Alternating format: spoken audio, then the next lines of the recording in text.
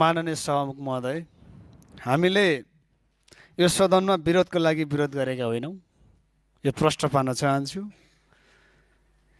सम्माननीय प्रधानमन्त्रीज्यूले दिनुभएको राष्ट्रघाती अभिव्यक्ति, यो रोस्टमबाट बोल्नुभएका कुरा रेकर्डबाट हटाइयोस् भनेर लामो समयदेखि हामीले माग गरिरहेका छौँ। अझै पनि त्यो सम्बन्धी यहाँ सुनाइ भएको छैन। म प्रश्न गर्न चाहन्छु सरकारलाई, के प्रधानमन्त्रीज्यूले बोल्नुभएको अभिव्यक्ति त्यसो भए राष्ट्रवादी थियो, राष्ट्रको हितमा थियो भने अझै पनि म माग गर्न चाहन्छु, अझै पनि म भन्न चाहन्छु, यो रेकर्डबाट नहटाइयोस्।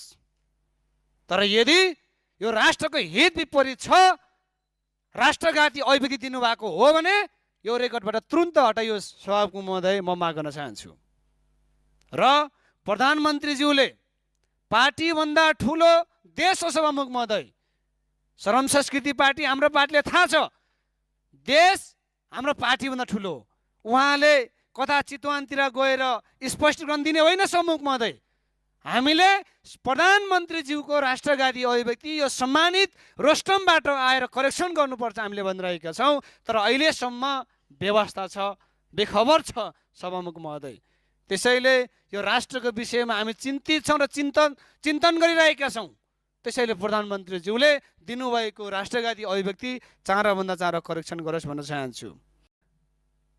राष्ट्रिय स्वतन्त्र पार्टीका हिजो अस्ति ऐतिहासिक महाधिवेशनबाट चयन हुनुभएका केन्द्रीय सदस्य, पदाधिकारी, सम्पूर्ण टिमलाई श्रम संस्कृति पार्टीको तर्फबाट सफल कार्यकालको शुभकामना व्यक्त गर्न चाहन्छौँ।